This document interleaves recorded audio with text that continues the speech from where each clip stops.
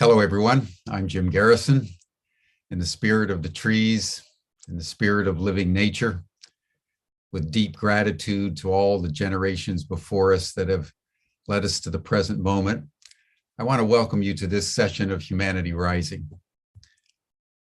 We want to begin today with a special announcement of a program that we have been developing over the last several months with Sounds True, the Inner MBA. And we do so very consciously aware of the gravity of the current global climate situation. We've been emphasizing over the last weeks the fires that have been burning in Europe, the fires that have been burning in California and New Mexico and India.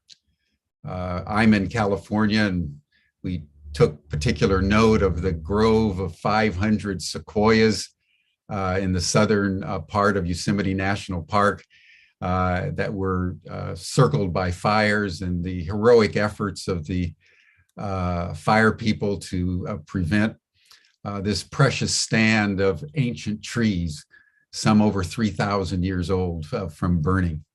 There's now another fire, the oak fire, that is still raging, having consumed about 18,000 acres in the last few days, the largest fire this year. And so we want to note that as we begin, because human activity is desecrating our planet. And it's due to a very significant degree to the way we conduct business and how we train our young people to understand the meaning of business, the meaning of profit, what you can do to aggregate capital.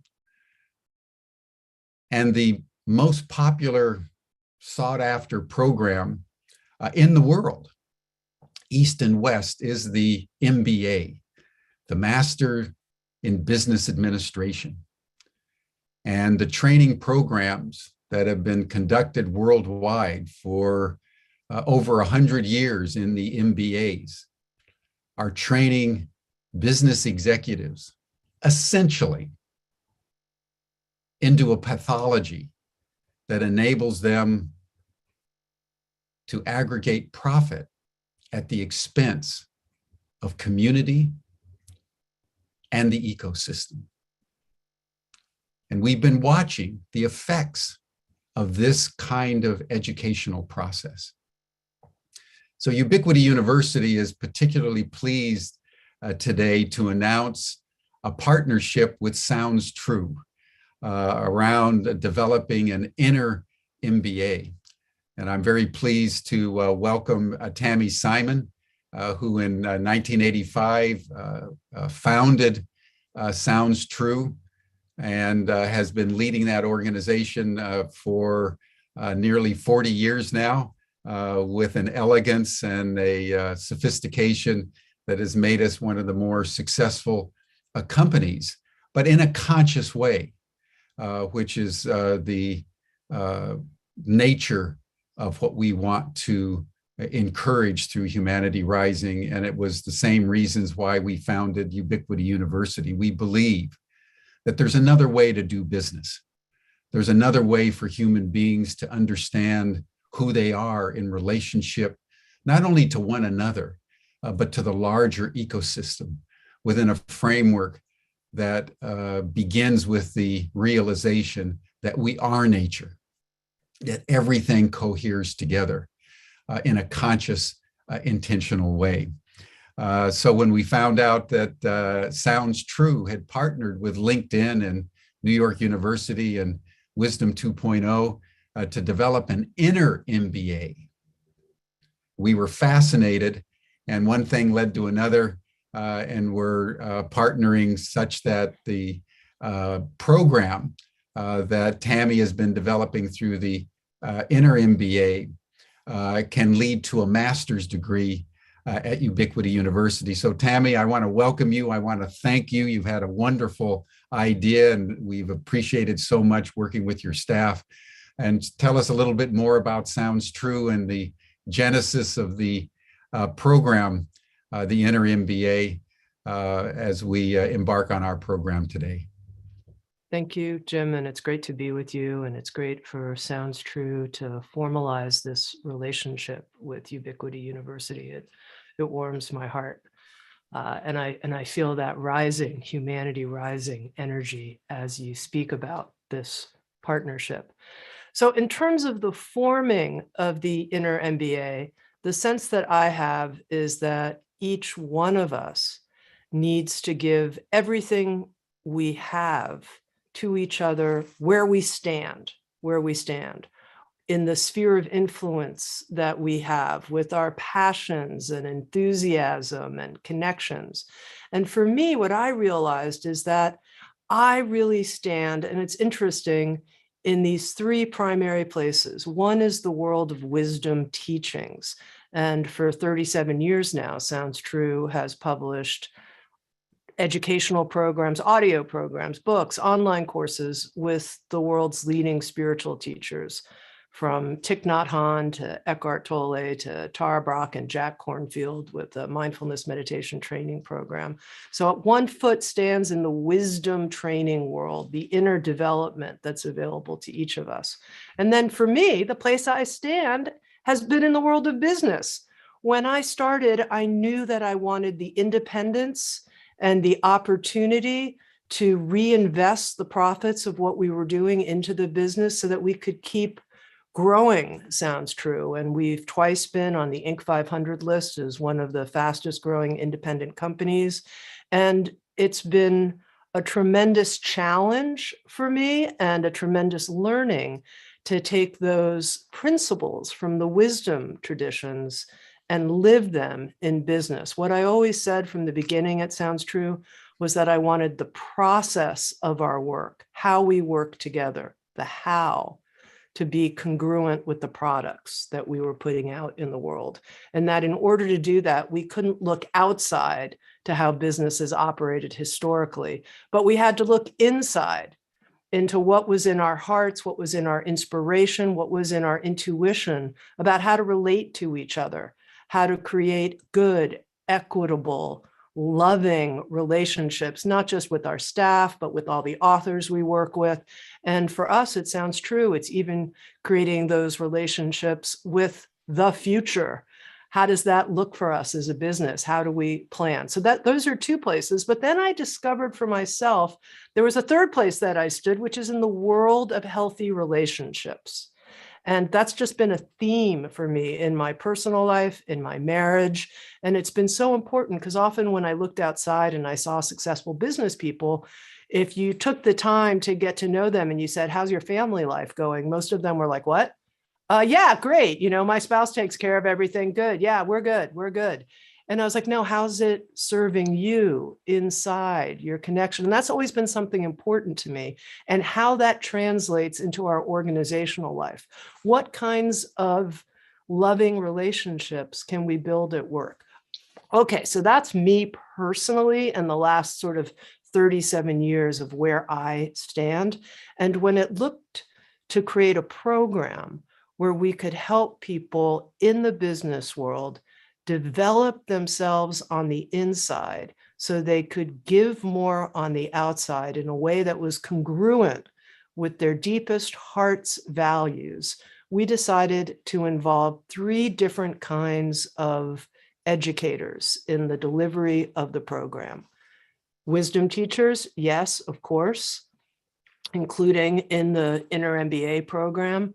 We have Jack Kornfield, we have Sharon Salzberg, a whole group of wisdom teachers from Sounds True. Then academics, professors, and people that we call conscious business trainers, people who have done the actual research and study over the past 20 years of what helps people in the business field transform how they work together. And then the final educational component has been to bring in leading CEOs. So people like Rose Macario, who led Patagonia for so many years. This year, we even have Bill Ford coming to talk about the revolutions that are happening at the Ford Motor Company at an ecological level and all the work he's been doing with this legacy company, but also his own mindfulness training and how that mindfulness training he's received has changed his approach to business and how they're opening up meditation training to the employees at Ford Motor Company worldwide. Other CEOs, I mean, there's a whole long, exciting list. A gentleman named Javon McCormick, who is focused on people first at his business. And it's such a genuine way where his goal isn't so much what the business does, but how each person who works there is lifted up and all the policies he's put into place to be named one of the most beloved #1 CEOs in the country. So there's this combination of wisdom teachers, conscious business trainers and professors, and CEOs, and it's all brought together. And this is one of the things I've learned. This is now the 3rd year that we're putting on the Inner MBA, is the community itself is also a teacher in the program. And people are like, yeah, great. It's all great what's happening with all the teachers. But, Tammy, the real action is happening among us, the participants, and the relationships we're forming and the projects that we're launching and the ways that we're helping and supporting each other. So it's a 9-month online immersion program that begins in the middle of September.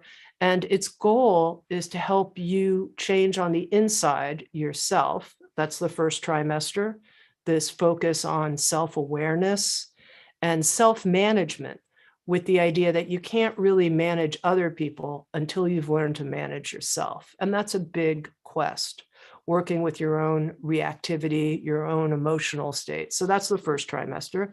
The second trimester is on our relationships with other people, the interpersonal dimension. Do we really have the skills that come when you have to give and receive feedback, difficult negotiations, bringing out the diversity in everybody in the room, the wisdom in everybody in the room? And then the third trimester is really what you pointed to here in the beginning, Jim. It's how business is going to be a force for good in the world, how we're going to put our heart values into action. There's a training on how to become a B Corp. Otto Scharmer is a featured teacher in this third trimester of how we can really go into that gap space and let go of the past of the way business has been done, so we can let come this new way of creating. So that gives you a sense of the 9 months. And it's a program that is really a heart piece of work for me, that I just love contributing to it, and here now through this partnership with Ubiquity University, introducing even more people to it. Well, thank you so much. And just to say a word about how it works, everyone, you take the Sounds True program that Tammy just outlined, a 9-month program delivered by Sounds True. And then if you're interested in getting a master's level degree, an Inner MBA, which is, I love it, it's a complete reinvention of the MBA, starting from the inside out. You come to Ubiquity and you take a course in research methods and dissertation writing, and then you do a dissertation for the MBA degree. And so it's that partnership between the content that Sounds True is providing, and then the opportunity to get a degree by writing a dissertation on what you've learned and the aspirations that you want to take out into the business community and the larger world, that constitutes the partnership between Sounds True and Ubiquity. It's a beautiful program, and we're thrilled to be able to partner with Sounds True on something that is so timely and so urgently necessary if we are going to keep everything together on planet Earth.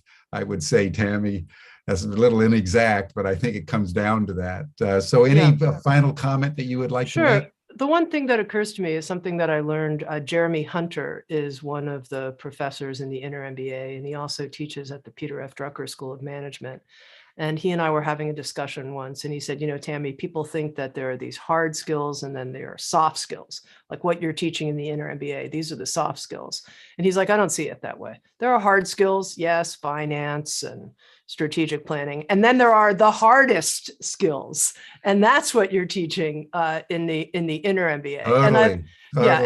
And I like that. And if you want to call them hardest or whatever, but it's the deepest transformation of the instrument of who we are, such that as we become different and we have a different sense of identity, as you pointed to, Jim, in the beginning of our conversation here, and we have the capacity to let huge amounts of energy and wisdom pass through us, and we are not at all stopped by an old paradigm, but know that we're creators now of what needs to happen and what's to come.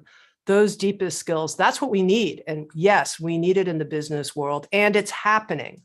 That's the good news. It's happening. And as you hear from a lot of these leading CEOs, there's nothing we're saying here that's surprising to them. They know this, they're tapped in, and they're creators. They're powerful creators that are modeling this. And it's really a movement, a conscious business movement, and it's afoot. It's just starting. And I think we're going to see it rising as humanity rises. Give us the URL for the Sounds True IMBA link. Sure. It's very simple. It's just innermbaprogram.com. Fantastic. Innermbaprogram.com, everyone. Go there and you can take the course, and you can come to Ubiquity University .org and check out our Inner MBA as a master's degree. Tammy, I know you're busy. Thank you so much for joining us today. We're thrilled to be able to partner with you. And hopefully through this partnership, we'll be able to do our part to make the world more conscious and ensure the ongoing viability of humanity on our precious planet. Thank you so much. Thanks, Jim. Thanks for your vision. Thank you. That's Tammy Simon. She's an extraordinary woman and CEO, and we've known each other for many, many years. And starting next year, we're going to be offering Sounds True courses for credit at Ubiquity. One of the extraordinary transformations happening in education is it's no longer possible for one institution to know it all and to offer courses on its own. And what we're doing is we're reaching out to more and more partners, one of which we're going to be talking to in a moment, because we have a master's degree in ECOintention with a partner who provides the content. And Sounds True is another one of those partners. So at Ubiquity, we work collaboratively with partners that have the kind of content that can inspire people, I would say, from the inside out. We believe that if you go deep, you can go far. And so we'll be saying a lot more about our partnership with Sounds True, but we're launching it with this Inner MBA. I put the link to the Ubiquity IMBA program that you can look at, and we'll be talking more about it in the coming weeks and days, but it's well worth your time and consideration. And now I want to bring in my good friend and colleague, Peter Mary, our Chief Innovation Officer, who you all know. Peter has really been the mastermind for most of what Ubiquity has become. And he was the architect for our program with the Center for ECOintention. So Peter, thank you so much for everything. Peter's in Galicia right now in Spain on holiday with his family, but is beaming in for this dialogue with Hans Andeweg. So Peter, welcome. Thanks very much, Jim. Before jumping in, there's been a call in the chat for a minute's heart coherence, like we normally do. Oh, I didn't notice that. Would you like to lead us in that, and then that'll create the space for us? Sure. Thank you for noting that, whoever it was. It's a very important thing. Sometimes we get so crowded on the Humanity Rising when we bring in somebody like Tammy that we overlook it, but it's very important to just take a moment and just breathe and center yourself in your body, in the awareness that you are nature. And close your eyes and attune yourself with your heart. And for the next minute or so, feel the trees, feel the larger ecosystem, feel the heat of the fires, and feel one another in a solidarity of what humanity now can do proactively to save the larger ecosystem.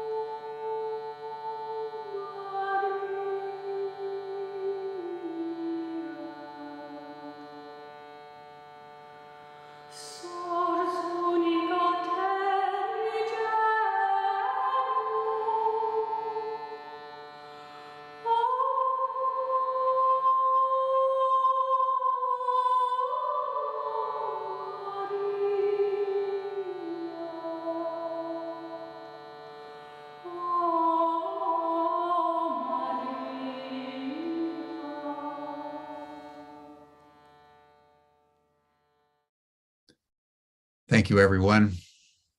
That was a very good idea. Thank you, Peter. Thank you, Peter. I turn the program now over to you. Thanks, Jim. Well, thanks to everybody in the chat for pointing that out. It's a reflection of really what Jim was talking to Tammy about and what we're about to talk with Hans about, which is this, not just conviction, but practice that the impact we make in the outer world is determined by the quality of the interior state of the intervener. And so we've become clearer and clearer at Ubiquity that we're really focusing on the inner state of the person, the inner qualities, the ability to show up with integrity, compassion, clarity, in whatever domain one is working in. And then being able to trust that from that space, we'll be able to connect to the natural intelligence of life that will inform us and inform reality, literally turn it into form in a way that we couldn't have thought up cognitively. But we needed to work intuitively with, I guess, what are often seen as the invisible realms of life. When the scientists say they can only explain 4 to 5% of reality and the rest they call dark energy and dark matter. Well, that's a very small percentage of reality to be basing your decisions on. And learning to broaden our spectrum of intelligence in the sense of being able to access more of reality, more of that bandwidth, in my opinion and experience, is crucial to us, for us to be able to make a transition through this period in as graceful a way as possible. Now, I spent many years doing organizational change and leadership development stuff, using integral and spiral dynamics and theory U and a lot of the kind of practices that you'll find in the inner MBA. And I also came to the conclusion that I wasn't going to do any more organizational work unless I paralleled it with the energetic work, because it was simply a waste of time. Or let's say it becomes far more effective and efficient when you work with the energetic architecture of the organizations in parallel to the relational work and in parallel to creating the business models, etc. That honor as much of reality as possible. So that's what we're going to focus on today, because I learned the practice and an underlying foundation, I guess, from the 4-year vocational training that I did with the Center for ECOintention that Hans Andeweg and Rijk Bols established. And we've had Hans on before talking a bit more about ECOintention as a practice, and it will give him a chance to introduce that piece as well. But the place I want to get to is to talk more about the underlying intuitive intelligence needed to be able to work with a method such as ECOintention, or ultimately any other method that is attempting to work with the energetic or information fields. And the exciting thing is that the center has just launched a Develop Your Intuition program that was previously available only in Dutch and German. That really lays the foundation for the qualities and the competencies we need to have to be able to do this kind of work, whatever the method is we put on top of it, as it were. So it's great to be able to welcome Hans Andeweg back to Humanity Rising. So welcome back, Hans. And I think you may be interrupting your holiday as well for this, or are you back home? I just came back home from Egypt. I had some snorkeling at the Red Sea. Thank you, Peter. There you go. There you go. It's so important, these reconnections. I mean, we've come to Galicia because, I'm an 8th Irish and an 8th Scottish, and I've seen the 6 other Celtic countries, as it were, and never been to Galicia, which is the 7th. So today we visited this beautiful sacred waterfall where there was a chapel that had been built, and people go and they hang ribbons on the trees with their blessings and their prayers. And you see how active that inner world still is for people today, even though we often don't discuss it in public with each other. So great to have you with us. And I thought what might be a good place to start is just to give people some context first around what ECOintention is, a small bit of the story, as it were, in the work that you've been developing and we've been developing with the center over the last 30 years. And then to dive a bit deeper into this underlying foundation of what I might call intuitive intelligence that underpins that ultimately you do this work without, right?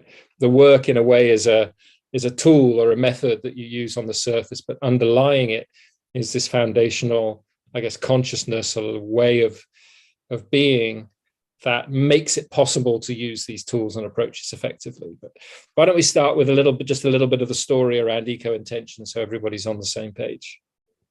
We will. But first of all, thank you very much for having me. It's really great to be back. And also thank you, Jim, for this wonderful introduction. Also the heart coherence session, but also did me very well.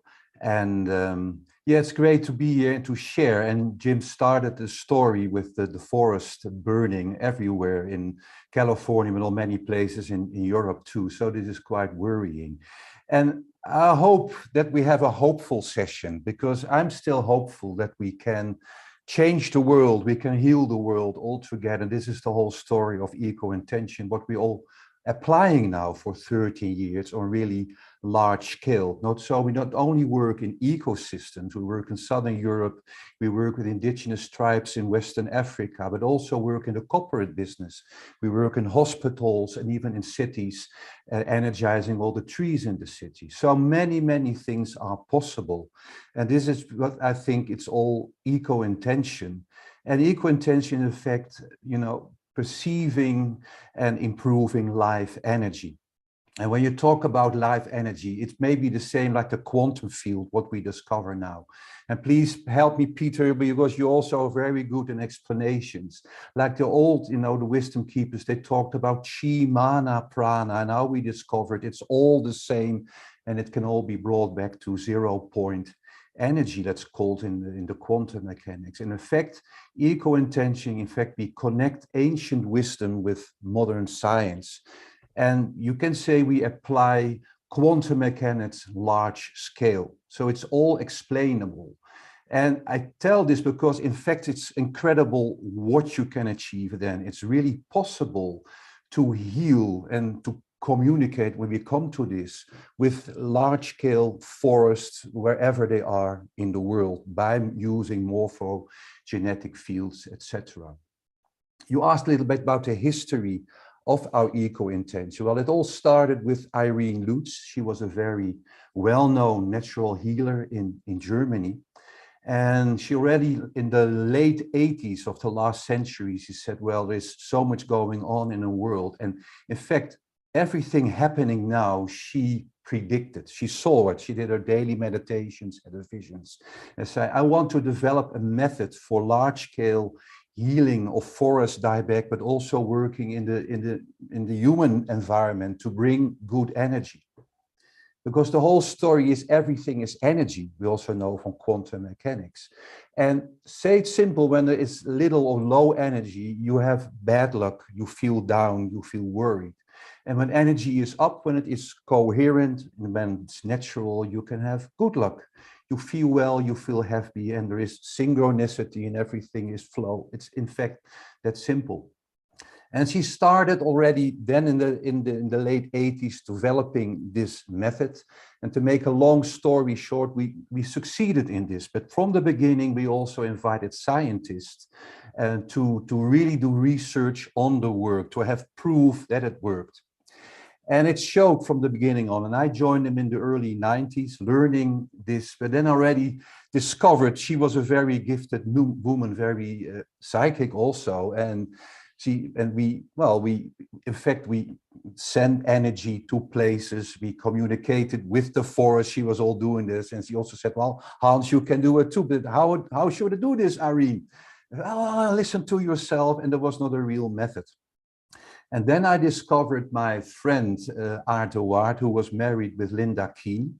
And Linda Keen brought the method of intuitive development to the Netherlands, really to learn how to work with your intuition.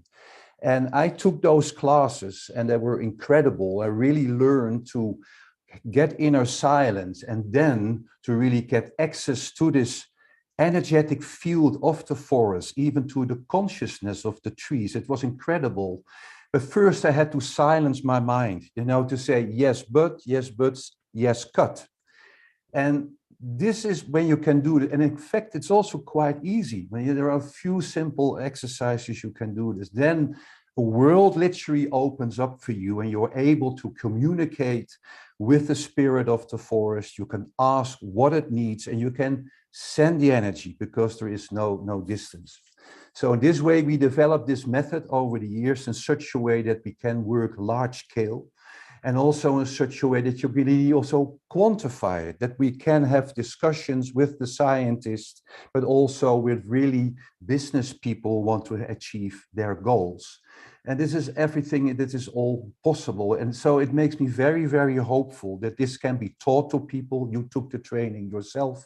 There are very many results in this. And you can apply this worldwide. So distance doesn't matter. I can heal a forest in Southern Africa, which in fact is also happening. So this is a little introduction of what we are doing. Thanks, Hans. And I mean, just to give people a sense of it, the way, just the very short bit on the method, so you've got a picture in your mind, the way it works is if you're working with a natural environment or with an organization, let's say you take a map of the place and you shrink it down to make it really small. And that's what we call a resonator. So that's the way you can contact the energy or information field of that system. It's like, I don't know if you've ever been to, a psychic or something. They'll ask you to say your name a few times, or say your date of birth a few times. And that's their use of a resonator, which is a way to connect to the information field that's associated with you. So you use the kind of map of the land to be able to connect to the information field. And then we douse different energetic values to see how healthy the system is, and what interventions it needs to make itself healthier over time. For example, how much life energy is in the system, how much stressed energy, how much blocked energy, to what extent is the system able to organize itself in response to the challenges around it. And so when you do interventions, you can help to ground the system, you can help clear out blocked and stressed energy, you can give it access to other information fields so that it can have the solutions it needs. So it's a very practical method, which I was delighted to discover when I talked to Hans for the first time, because my bookshelf had been growing of the Lynn McTaggart books, the Rupert Sheldrake books, the Drunvalo Melchizedek, all this energetic stuff. And I was, well, yeah, this makes sense, but so what? So what do you do with this? How do you work with it? And when I found out that Hans Andeweg had developed this method, I signed up basically immediately. And actually, interestingly enough, Ubiquity University was born out of my final ECOintention project, where at the beginning of the project, I was balancing Wisdom University. And by the end of the project, it had become Ubiquity University. And that's the kind of transformation that you see going on in organizations when you do this kind of work. It takes them to the next step that they've not been able to see when they started off. And so it's been very powerful. But I think it was Hans, it was the farmers, particularly early on, who were excited about it, right? Because they could see the very concrete effects on their animals and their crops and things. Yes, I started with nothing. We started with scratch, and because we left the Institute for Resonance Therapy to start our own business. I wrote the book In Resonance with Nature that describes really the basics of this work. Later, the other book is The Universe Loves a Happy Ending, more about the principles of energetic guardianship. But thank you for, describing the method so briefly. And this is, I get to the farmers later, because you also describe, we call it the Energetic Toolkit, because in ECOintention you learn to work with homeopathy, with crystals, with sound, with symbols, with holy geometry, even with crop circle energies we learn. So we are connecting many dots, and you also learn that everything is energy, but it all has a different effect on the system. So you really learn to sense, to douse, but also from your heart, what is compatible with. And the first I worked with, and we still work with a lot of farmers, which I'm very grateful because they're so down to earth, that they really had those questions. They had like at the moment. So many people now, I'm here in Germany, there's a drought here and they don't know what to do. What shall I do?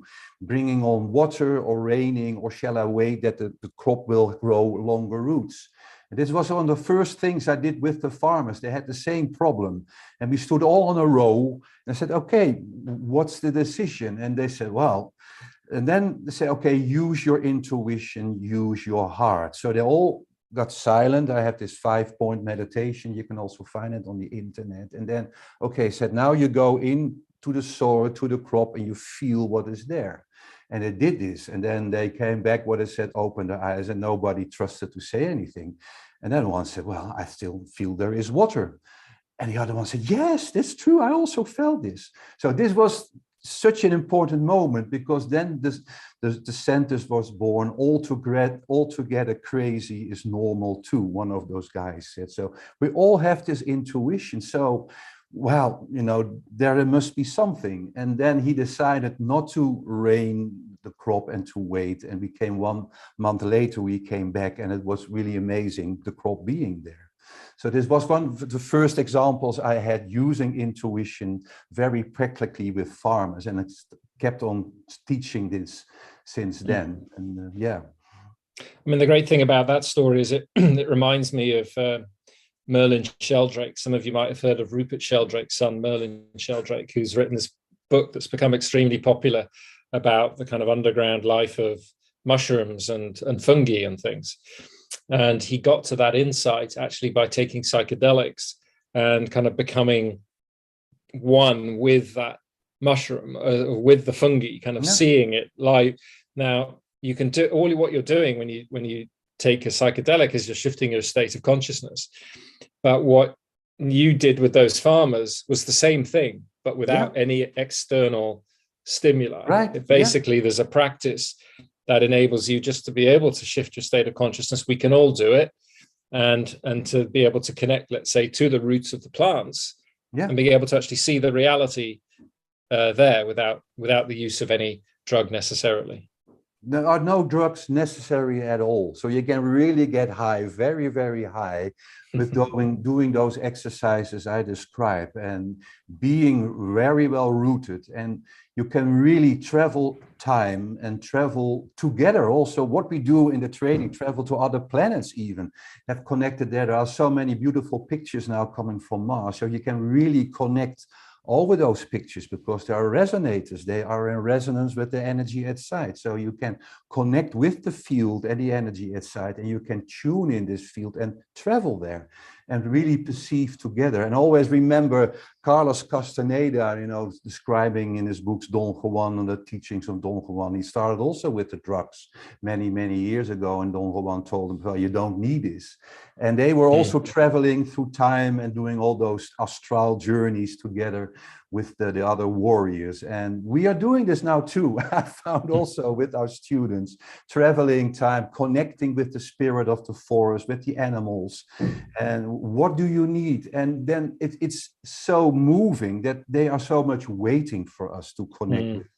And we are so much thinking that we have the solution, but we never ask nature what it needs. And there's so much wisdom there, and it's longing for the connection from us with our heart and asking. Yeah, and one of the most powerful experiences for me during the ECOintention experience, I remember, was training was when we, so one of the things we do is you learn to feel like the layers of energy coming off a tree, right? You learn to feel the 3 layers. And that also helps you to get a sense of how healthy that tree is. And one of the things we did is we had a photo of one of the trees that was in the woods where we were doing the course. And in the morning, we all did a healing for that tree using the image, using the photo, but we sent it for like 2:00 in the afternoon. So we sent the healing energy for a few hours into the future. And then at that time, like, 10 to 2 or something, we all went out and we stood around this tree, and you could feel where the layer of energy was on the tree. And then come 2:00, literally you couldn't have orchestrated it. The whole circle of 12, 15 people standing around that tree was pushed back and expanded as the healing energy came into the tree, and then kind of expanded its own aura, as it were, as it came in. It was, it's just one of those experiences that completely blows your rational mind, because not only have you sent energy to something at a distance, you've sent it outside of time as well. And so our ability to be able to work outside of time and space, is something that we can train ourselves in, basically. And it's just like you say, being able to access that natural intelligence that is there in all of life around us is at one level so simple. And like, Connie says in the chat, Indigenous people have known and lived like this for millennia. That's right. But it doesn't fit our cognitive, rational, scientific mindset that divides everything into little pieces and thinks in only linear time and space. And so maybe, one of them, it was exciting for me, Hans, to hear that, and to actually do the translation, right, of the handbooks for the Develop Your Intuition program that you guys have just put together, because you learn this as you go along in the 4-year ECOintention training. But I think what you're discovering is, yes, you learn the tools and the ways to work with nature and organization, of course, which are fundamental to be able to do something useful with it. But actually what you discover is underpinning it is a way of seeing the world, a way of being in the world that enables you to use those tools effectively. So maybe you can just say a little bit more about that, the intuition piece of it, and how you see the kind of overlap between the eco-intention practice and this, what I see as a kind of more, in a way, a more foundational piece in the Develop Your Intuition program. Well, I think the fundamental is that we, as human beings, we have an intellect and we have intuition. And most of the time, this intuitive part of us being forgotten or neglected or be told, well, you can't work with it. And I think it's all due to Descartes, who came a few hundred years ago, and he introduced the sentence, I think, I am. And since that moment, we are defining ourselves, our self-consciousness by our thoughts. And we did quite well. So we really developed our mind, have a logical thinking, and we really can use it very well. But at the moment, I perceive that many people have so many thoughts in their head that those thoughts are in fact taking over. It's yes, but, yes, but, yes, but. And when we manage to say yes, cut, and to go silent, then suddenly have this inner silence, this other half is opening up. And I always say all the answers are there. They're just waiting for the right question.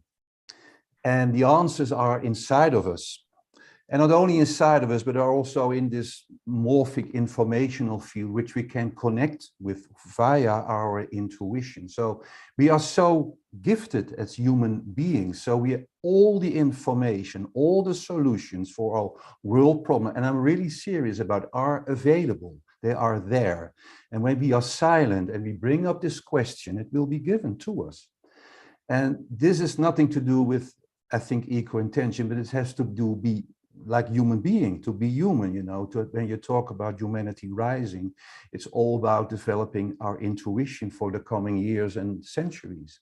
We learn to think, I always say, I am, and I have thoughts, and I invited those thoughts in my head.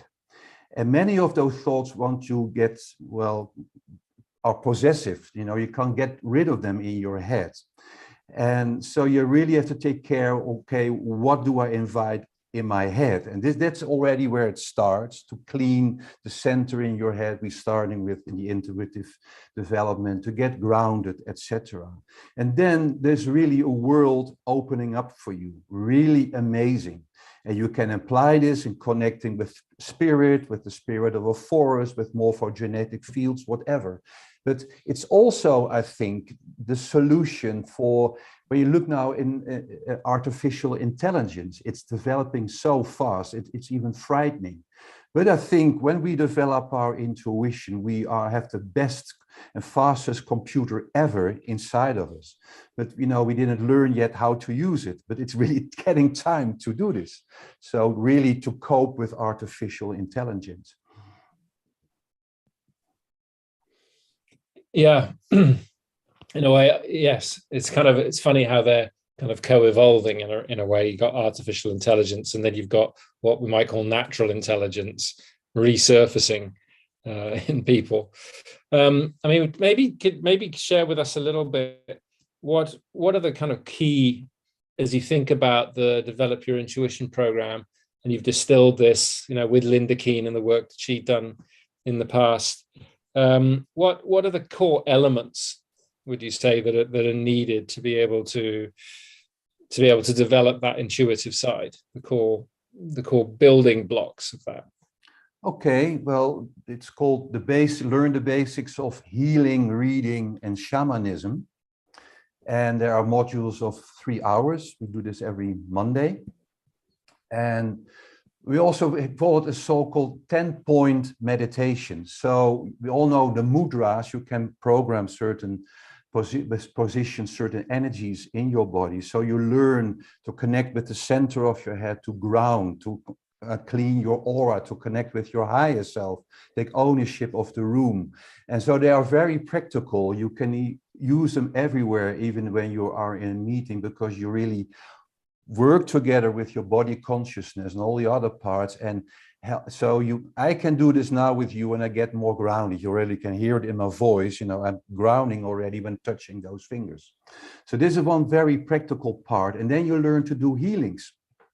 And this is amazingly also possible when you go to a breakout room. You can give another person a healing. There is no distance. And this is the most amazing part. And they perceive this, and you already change. You do this for each other. And the other part is you can do a reading, and a reading is to learn to read an aura of another person, to read the chakras of another person. And everything taught by Linda Keen and others, it's all done live at site. And everybody said, well, this is not possible in Zoom. For me, there is nothing impossible.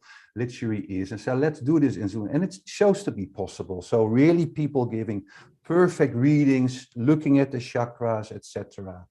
And well, I think, well, the shamanistic part is really going with those shamanistic techniques. You connect with the gatekeeper, the consciousness of the snake, the consciousness of the eagle, even taking this on a deeper level with the healing and reading that skills you learned. So it's really a very transformative healing program, and also very, very practical. And we're starting this again in September. There's a free module in end of August, so people can experience this when they go to ECOintention.com. They can sign up, and they're welcome to join. Great. I just put the link in the chat to the info about that. So what, when we do the ECOintention program, it's compulsory that people take some kind of develop your intuition course. You've said, you said in the past it could be one you've done in somewhere else or whatever. Why did you make that why did you make that compulsory? Why did you say to people you have to do, some develop your intuition program? Well, this is only for the third year. So the vocational training is 4 years. And I always say in the first year, you learn to work with those, what I call the Energetic Toolkit. You learn to perceive the energy of the trees, and also to work with your inner, healing, etc. And the second year, you apply it in your home and on yourself. You can bring more energy in your work, achieving your goals. And then in the third year, you work for other people. So this is a very important step. And also already in the first 2 years, we take in this intuitive training. But it is really necessary when you work with other people. It's a huge responsibility, of course, when work large system change and large scale energetic work, like yourself, you're working on thousands of acres of land. And of course, we are responsible at the end, and everything always went well. But always say you heal as good as your whole yourself. And it's so in, so out, because this is what energy is doing. It's this donut, it's so in, so out. So if you can't distinguish outside of you what is yours, your patterns, you can't heal them. And when you're still applying this on yourself, okay, it's your own business, so to say, but working for other people is really necessary that you really are clear. Okay, this is my matching picture. This is because you're also always touched by a project, also in your pain points, like we call this. And you have to really learn to distinguish this. So I mean, it kind of comes back to this theme that we started at the beginning, which was to be able to do the energetic work effectively. You've got to have a clear space inside of yourself, or at least you've got to, we'll never completely be there, but you've got to at least have the awareness, I guess, to notice how the patterns in yourself are reflected in the world around you, or vice versa. I mean, really, like Ken Wilber has this beautiful book titled No Boundaries. Really, there is no boundary between the two. It's not in here, it's not out there.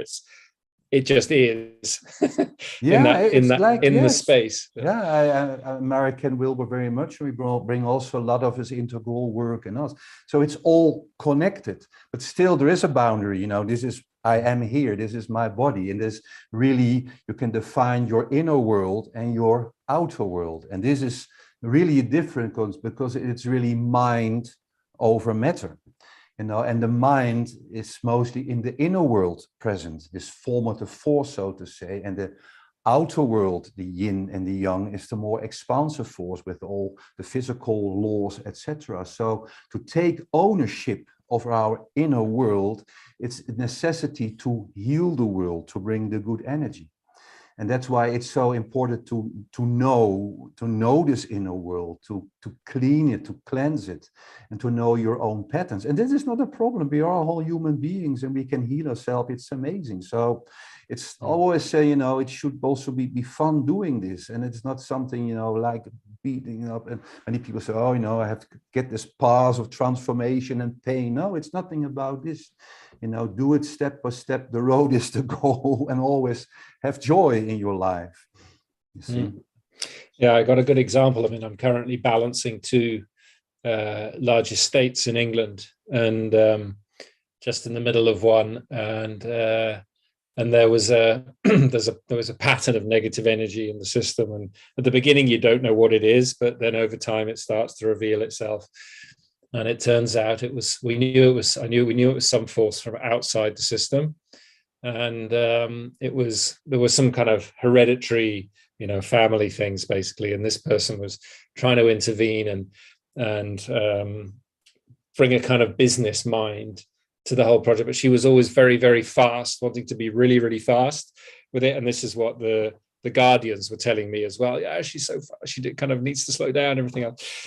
And around that time, I kind of was getting sucked into some of my work projects and finding I was very busy with things. And, you know, one night I kind of rolled over and the room spun, you know, like this. And I was and then I suddenly realized, oh, wow, yeah, I need to slow down.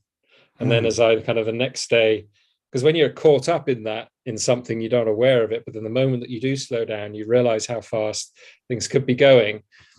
And then it was just at that time, as I was reading the values for the project, that system of negative energy was starting to come into coherence to be able to be transformed. And I was kind of, oh yeah, of course. There's that pattern in the project. There's the pattern in me. And surprise, surprise, you know, there it is again.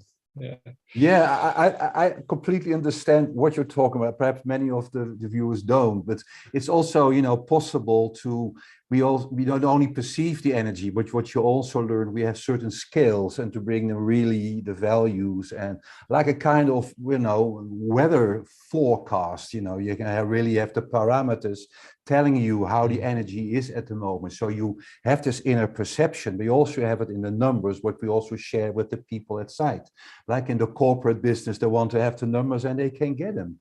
And they also help you, you know, to really predict what is going on, and if there is bad weather to come, or a change or a transformation. And it's exactly what you say. And they said, oh yes, but in fact, this is also, so I'm doing this work now for 30 years and I'm still learning, and it's never boring because you're always connected. No, and if you try to disconnect, you can't. So that each project is telling you something of yourself. And it's always those core patterns. And I'm saying, oh, now I blew all my pictures, I transform, you go deeper in yourself. And it's also interesting. And when you found that one, then you can finally heal the project. And we're telling this too. So always the final clue is you blowing your own matching picture or transforming this. And then the project will be healed. Well, and I'm sure a lot of people, you know, listening who do one-on-one healing will recognize that as well. You know, if you're ever doing healing work with an individual, there's nearly always a kind of mirrored pattern in your own healing, which is why I guess the intuitive development piece is so important, because otherwise you could get into the illusion that there's me and the project and they're kind of separated. And at one level, like you say, we do have a discipline of making sure the project is bounded in its own energy field, so it doesn't get into our houses and everything else. I'm here, project there, so that you can actually work with it consciously and not get entangled in its energies. But at the same time, there is always a relationship between the two as well. So being able to be conscious of that and noticing it in yourself, I think, is a level of awareness that's absolutely critical, or else these energetic methods, which can be very powerful, they become like an empty shell, something that you do, but you don't fill it with the consciousness needed for it to be really transformative.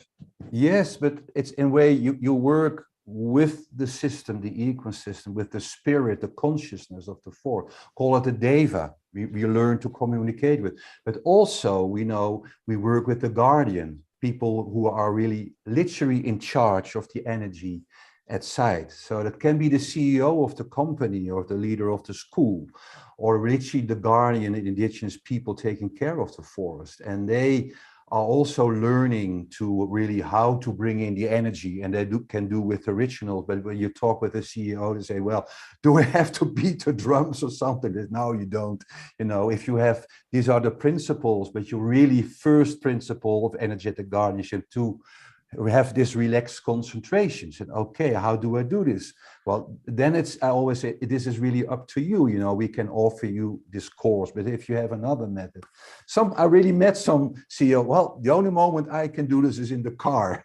So, okay, so now I know all those traffic jams are there. Yeah, at home I have my wife and the children, and when I get at work, the people starting asking me questions. The only moment I can really relax is in the car. So I don't know. This is up for everybody to find this relaxed state, and there are many ways possible. Also transcendental meditation, whatever. But this is a necessity. The the interconnectedness between us and the project is something that we can say it. But when you're doing the work, you don't always, sometimes our rational mind takes over and says, is this really having an effect, And then you get reminders, like on the second project I was doing, it was the project had asked for grounding. It had asked for help with grounding. And so I tested this normal symbol that I use for grounding, the Sade symbol, and it only was like happy with 20%. And I was, what? Yeah, it was works for grounding. And I was kind of looking around the room going, what have I used for grounding? And then I saw this calcified wood, this wood that had turned into stone blocks sitting there. No, well, maybe that, because I know that's good. And that was 100%. It was happy with that. So I was kind of, okay, we'll use that for grounding then. And so I wrote to the guy and I said, it's quite unusual, but it asked for grounding using this calcified wood, So if you have any around the house, maybe kind of bring it more present or go and get some or something. And he said, when I read, and this was a guy who, kind of was sympathetic, but I don't think wasn't a complete believer yet. And then he kind of sent back an email and said, oh, I just got shivers because I went into this crystal shop with my kids yesterday and they both wanted these pieces of calcified wood, which we now not only have them in the house, but we put them next to fossils that we dug up from the land that you're actually balancing. And he said, it's like the land is running the project. We're not running the project. And I was, well, that's exactly what's happening. So then you get those reminders and you're kind of, oh yeah, I guess this does actually work. Yeah, there's so many amazing stories, but what you did in your energetic toolkits, you have some, symbols and other materials that can ground the project. And this is amazing because you really shrink this whole 40,000 hectare piece of land to a very small piece of paper. And then you apply, your energetic remedies on this resonator. And you can also ask, the field what it wants. So it asked grounding. I want to be more grounded, say it's simple. And we work with this symbol, Tzadeh, it's a Hebrew symbol. And you offer this and it said, well, only 20%, we go for 100%. And now we also have the petrified wood. And then, you have the 100%, exactly what you told. But the most amazing thing is then there is also this synchronicity because it's all doing like this. It gets aligned, in this way into the future and the past, and also so up and so down, and all the things happening in your room happening there, and it can explain it interconnected magnificent. So this is amazing, and I have so many examples. So it's wonderful hearing you telling the same stories. You have the same experience. Just in the chat, Connie asks, isn't it about shifting frequencies to where the laws are expanded? So shifting vibration, she says. Well, I live in Germany. They say "jein." You can't say this in English. "Jon," it means yes, no. So everything is energy and is frequency. So the energy is the potential, and there's the information that brings the frequency. So everything also has its own ground frequency, so to say. And what you do with healing, first to connect the system with its own ground tone, so to say. So it's not tuned. You once told also energetic tuning, Peter. I said this is the way you tune, help the system to tune again, and this is grounding, to find its own ground tone and then its own chord. So in this way, it's shifting the frequency back to its own ground tone, and then you can help to develop to higher octaves, so to say. And I would answer this question. I don't know if you would answer it in a different way. Yeah. No, I mean, what Connie just responded is so cool. It's happening. The earth is in a higher frequency now. Everything we've been knowing was coming to pass. Yes, that is also true. So we perceive also this higher frequency. And there is so much help available from the spiritual world, also from extraterrestrial civilizations being all present in our atmosphere. But it all needs grounding, and grounding is the ground tone. So if you connect with a higher frequency, so it means one step up needs one step down. And this is what most of the people forget, bringing the higher frequency, but when it's not grounded, it cannot unfold. It's even in the Enneagram, it's the integration. It goes like this. And if you don't ground, it goes like this. There is no development. This way it's making difficult and stopping development again. And that's why you also mentioning this grounding. In fact, when you connect with a system, it's the first thing it asks for is to be grounded, to be rooted again. Then the higher frequencies can really descend and come in. Yeah. I mean, Hans, why do you, because you've been doing this over 30 years, can you say something about how you've seen like the nature develop? So as all the projects, when you do the initial intake scan, which is like a kind of health check, as it were, to see how it is, how have you experienced the development of the energies of natural and organizational systems around us in terms of the state that you find them in and how they respond to the balancing work? Well, this is a good question, Peter. And of course, as human beings, we are affecting our climate, what Jim also started this conversation with. We have a climate change. Another way, there is a huge need for transformation, for change, to connect with other levels of insight and really to change our systems. And what I perceive when you also talk about the spiritual world, which is very real for me, the angelic world, and also when we talk about what you saw it in the chat, yes, of course, it would be incredible to think we are the only living beings in this huge universe. We have this beautiful pictures from James Webb Telescope coming in now. It's incredible. And if you imagine, another civilization being 100,000 years forward in time, so they're really well advanced. And also looking at our planet being destabilized, it's also affecting our whole solar system. So it's all connected. When we are in disbalance, it's affecting the solar system, etc. So there's a lot of concern also, but also a lot of help. So in one way, you find that the tension span in system getting broader is less grounding. It has been affected by all the electromagnetic waves you bring in the atmosphere. Whereas we're 2G, 3G, 4G, 5G, everything. And this is really something unrooting. So this is the worrying part. But the very hopeful part is that we're doing this now for 30 years, and it's despite of all the tension now being in the world and the system getting less coherent, healing goes faster. We need about 8 months for the largest system to get them in a coherent state again. And this is amazing. It's not getting longer, it's getting shorter. Perhaps we got better. I think also the field, it really grew together. We grew with all the students bringing in all the energies and all the helping. But this is makes me still very hopeful that we can heal the world, say many systems in 1 year time, you can really have another world at sight. Mm. Yeah, I mean, and just to clarify for people, you say it takes 8 months. I know what we say is you can change the energetic values like this, right? It doesn't take any time to shift energetic values. But the issue is getting those energetic values or frequencies integrated into the material world.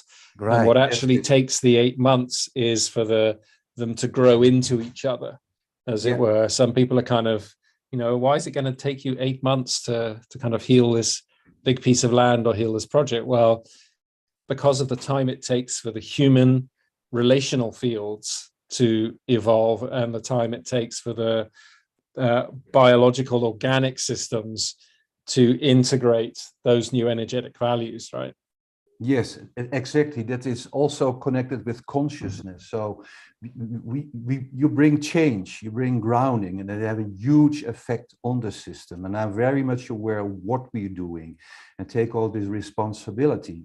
But still, we're also following, always listening to the system, to its conscience, where it wants to go, what it needs, and what speed it gives you, it needs for the well-coherent development. And so change is upon us, and we can change. The systems are able to change, but in fact, it needs time for this integration to really get it into your bones, like I say, to get into deep, but also to bring old patterns. There's so much pain in the earth when you look at slavery and all those old patterns all coming to the surface at the moment, and they need time to be in the consciousness, to be really breathe out, to be transformed in ourselves. And you can't do this overnight.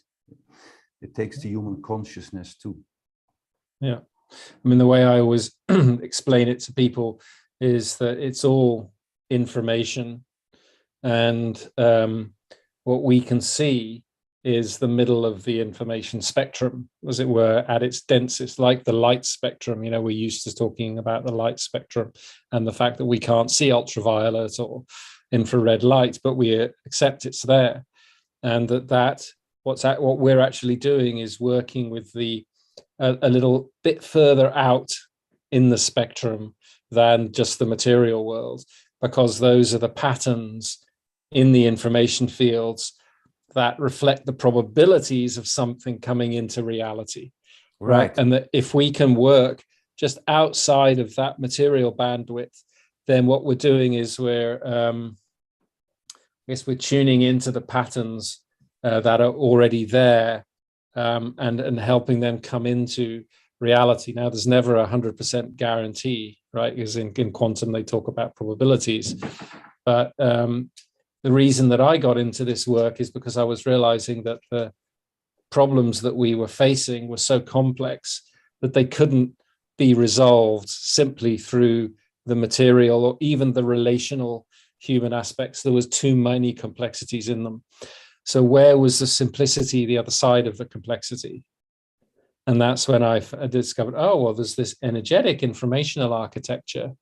And if that becomes coherent, then you find that the relational fields clean themselves up, and the material kind of organic fields come into alignment with far greater synchronicity and things, which is why I said at the beginning, I never do organizational development work now without doing the energetic work at the same time, because, why bother in a sense when you can be far more effective?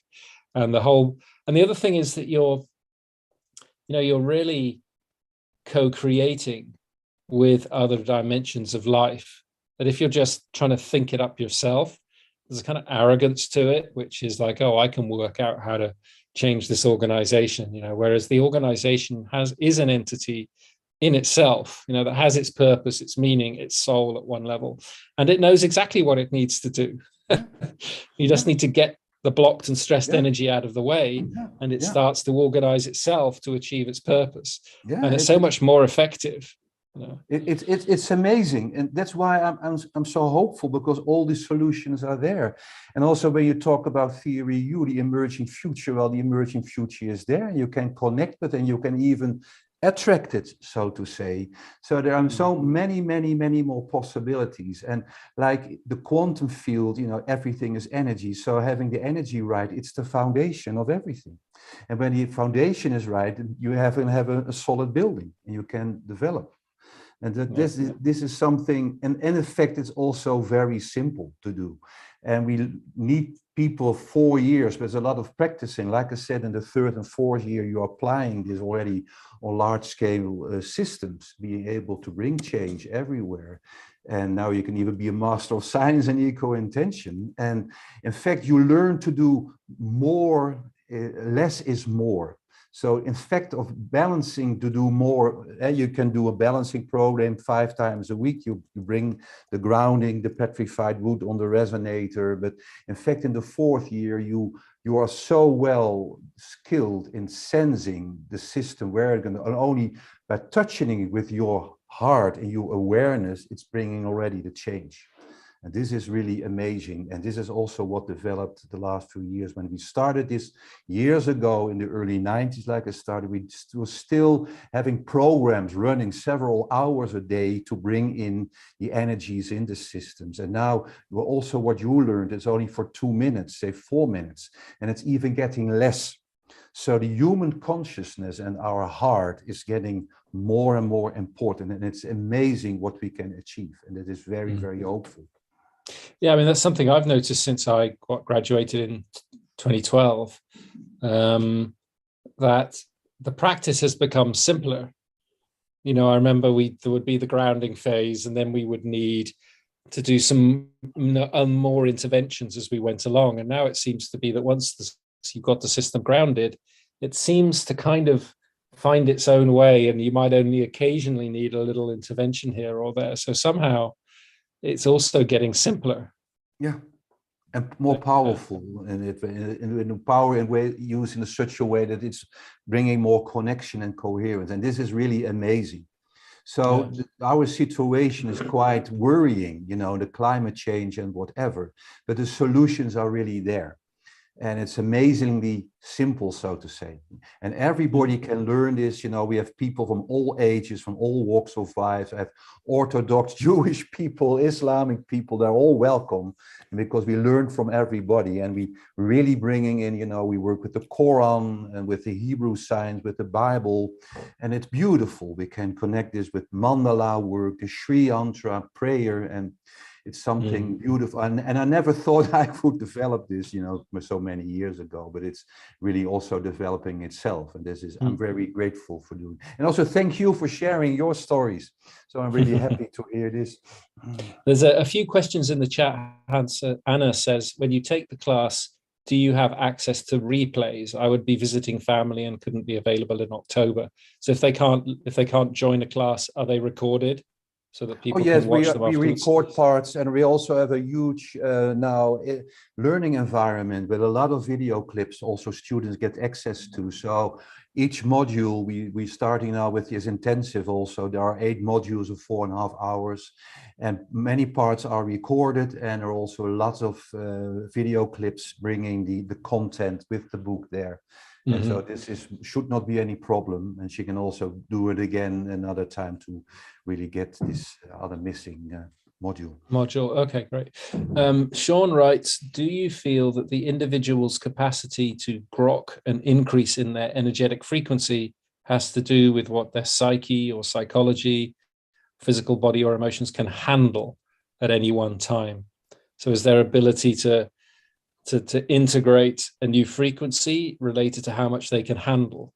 Yes, it needs also energetic body work. First of all, you need to be in good shape. So I swim, I walk, and really take care of my body. And that means also like you have your meridians, you know, and they get wider and broader when you heal yourself. So there's more energy and also more stuff coming up. So it really needs some digestion and time to do this. So it's also for us each time when we have new helping forces knocking out a door, like I said to Rijk, who was my partner in business, and wow. And it means also for us, again, inner work to integrate them. So this is really true. Thanks for the question. Because she says, you know, does it need to be gradual? Some people might be able to embody a sudden increase and others might have a breakdown because of it. But I think, Sean, are you thinking about during the energetic balancing process? And that's the reason it's not a sudden increase, because it's kind of staged over the 8 months, which means that people have a chance to integrate the gradual changes. I mean, sometimes when I'm balancing a project, you're thinking, oh, can't it move any faster? And then then I'm kind of, no. I mean, if you try to do it faster, you notice that the stress increases in the people in the project. Yes. And because there's higher frequency, but they haven't got the capacity to embody it yet. So that's why you're always testing for the project. You know, what are the values now? What is it needed to go to next? What's the next step? And you notice it just takes those 8 months for the system to be able to shift. Yeah, and it's amazing that you can really sense the speed of development. When you bring it up a little bit, you're causing stress. So it's so amazing, this energetic tuning. Like playing an instrument, you can really tune your guitar and to learn to sense what is necessary. And of course, when the students are there, we all have their own personal coach, you know, looking after them and helping them. So you also have your testing forms. So this is really, we would call a kind of intersubjective method. You know, you test your new balancing, you send it, you know, to the center, you get feedback the next day, and then you got green light. Okay, you can go ahead. So, you know, don't people throw them in the swimming pool so you can swim, but they've been backed up very much, taking care of. Yeah, so your people aren't left on their own. They're very much, particularly when you're working. So in the first year, you're basically learning the basic concepts and, you know, learning to work with energy, feeling the energy of the trees, learning to douse and things. Then in the second year, you work with your own projects. So you clean your own house, your own business and things. So that's clean. And then in the third year, you start to work with other people's projects, third and fourth years. And in those, you're, you know, closely monitored by the staff to make sure that, you know, obviously don't slip up there. So yeah, I found it a very, you know, what I really appreciate about the program, Hans, is it's so grounded, because there's quite a lot of airy fairy stuff out there. And yet this is very practical, and there's a clear practice to follow, a clear structure to follow, clear feedback loops in terms of the impact that it's having. And the whole thing feels very real and practical. So it's, I mean, really great that you and Rijk put so much into making this available to people. Well, thank you very much, Peter. And it is also great having you and doing this together. You know, we can only heal the planet together. And I welcome each student because we also learn from them. And it is really always two ways, you know. I learn from their questions and what they bring. And I see each person as a gift and coming, you know, to be on this path together and really to help to learn to heal the earth. And it's incredible what you can do with one human being, that you can. We have students working now, one of them in San Francisco, the other one is in Amsterdam. They're working together on huge projects in South Africa, working with the indigenous people. You see, so you don't need to be there. And of course, we have people, we always say, with foot on the ground, bringing back, you know, the information, how the energy is developing there, and sending the pictures to make available to read the energy, how it is there. But it's so amazing what's all possible. And they say already many things are happening there. I said, it's incredible. Our language is now allowed to be taught on the South African schools. This has never happened before. It's a miracle. And I say, thank you. I think ECOintention has already have an effect there. It's amazing. Fantastic. So just so everybody's got the links to follow up on if you want. One of the things we've done recently is made it possible for people who take the ECOintention program to get an MSc through Ubiquity. like as Jim mentioned at the beginning. So there's the link to that. This is the Intuitive Development Program, which has only just come out in English, and which I did the translations of the programs for, so I know it in quite some detail. And it's a really great program. And then if you're interested in the ECOintention program as a whole, then I'll put this in here. The 4-year vocational training is starting again in September. And there is that's, by the way, recognized by the Dutch government as a proper vocational training program. So that's another thing, you know, Hans, you've been so good at is grounding it in such a way that it's recognized by the authorities, you know, and students can trust that this is a proper program. It's not cowboys, it's not kind of airy-fairy, it's really rooted in reality. And so great that those are possible. And Hans, I think, as we said before, if you'd like to join the participants, some of the participants do after this program is they meet in an after chat where they've all got their videos and things together. Okay, and you can see in the chat, there's a link here, and I'll make sure I copy it so that if I can. I'm not sure if I can, but you can see the link in the chat. Yeah. And so you can always, I'll make sure I've copied it as well, hopefully, so that I can send it to you afterwards. If you want to join people, they might have questions and you want to interact. Yeah, it will be great to meet some people. Yeah. Yeah, you want to interact directly. I also see with the them. Meeting ID. Well, I'll copy the link now so I can just put it and see what happens. Okay. If that doesn't work, let me know. Great. Well, thank you very much, Hans. Thanks for joining us. And well, I think it'll be, you know, the programs look like they're going to be really great. And I, you know, I'm just continuing to do the work. So like Hans, people, I wouldn't be doing this, you know, if it didn't work every time it does. No. And so, you know, 3,000 acre estate in the UK, 11,000 acre estate in the UK. And these are people, you know, who just are seeing it work in practice. Amazing kind of things happen. And it's just so simple at one level. So really brilliant, and really grateful for you putting it out there in the world. Well, thank you very much, Peter, also for having me and saying these words, and also thank you for your work and what you do. And it's beautiful, you know, you're working now in UK. I did it many years ago, also starting there, and you bring, you know, the energy to the people, but to the trees, to the birds, all the plants, the water, the elemental, everything is affected by this energy. So it's enormous, you know, the effect of what we have. And then we bring coherency, vitality, positive energy. And also thank you for doing this. Thank you very much. Thanks, Hans. Jim, back to you. What a marvelous session. I've been sitting here on the edge of my seat. And I know we're getting close to the time, but I have to bring in Carlos Castaneda, Hans, since you mentioned him, because I just finished rereading one of his last books called The Fire Within.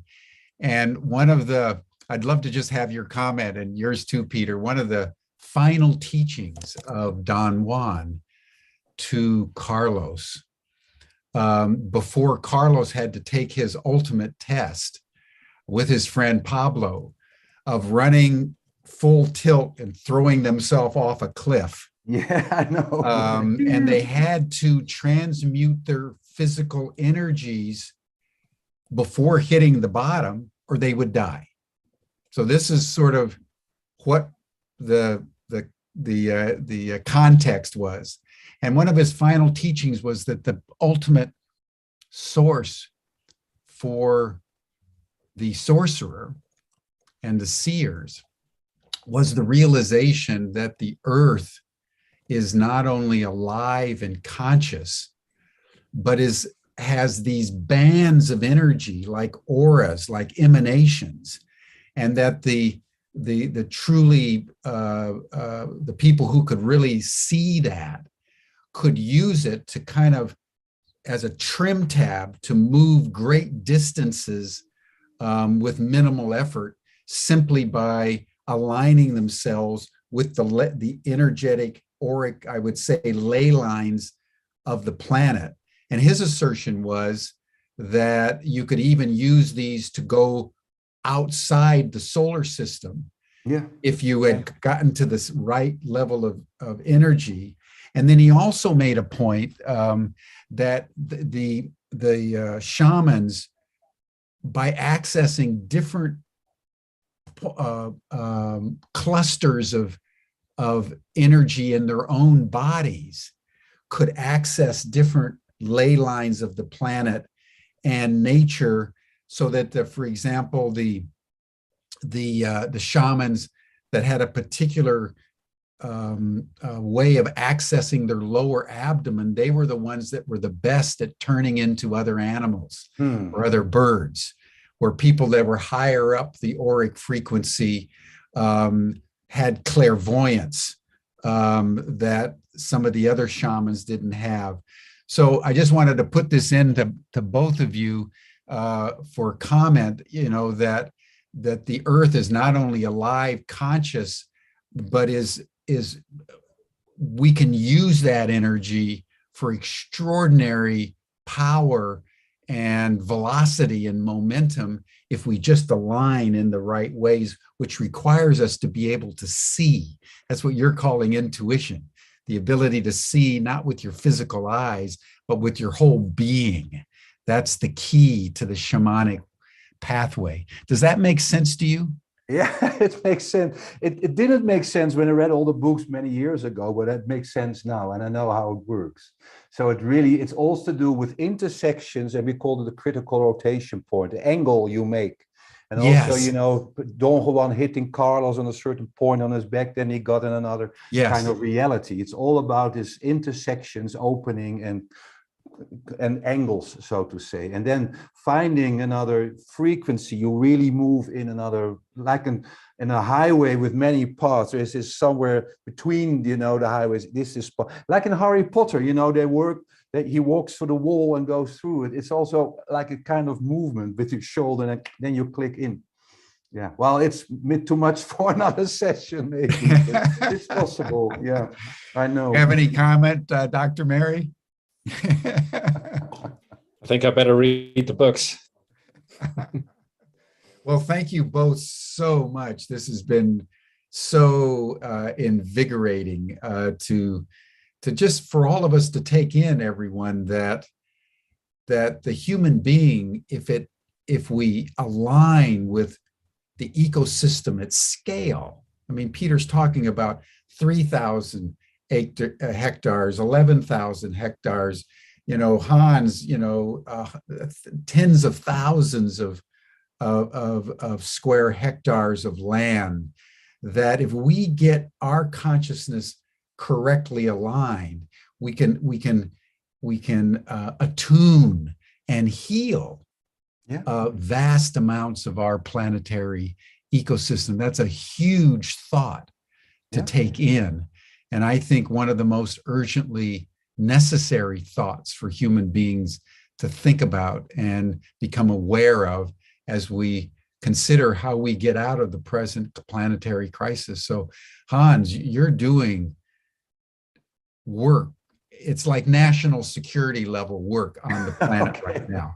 And I just want to acknowledge your mastery and Peter, yours as well, that you're able to attune with Mother Earth at this depth and scope is a total inspiration to me. So thank you. Thank you both. Great. Thanks, Jim. Thank you very much, Jim, for your words. Really touched my heart and warmed me too.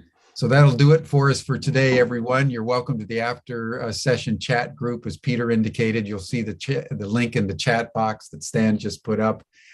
And we'll see you then tomorrow. We're going to go to another Dutchman, Eric von Prague, who's going to talk about Freemasonry and how that can also illuminate the human consciousness. Thank you, everyone. Thank you, Hans. Thank you, Peter. Bye for now. Thank you very much, everybody.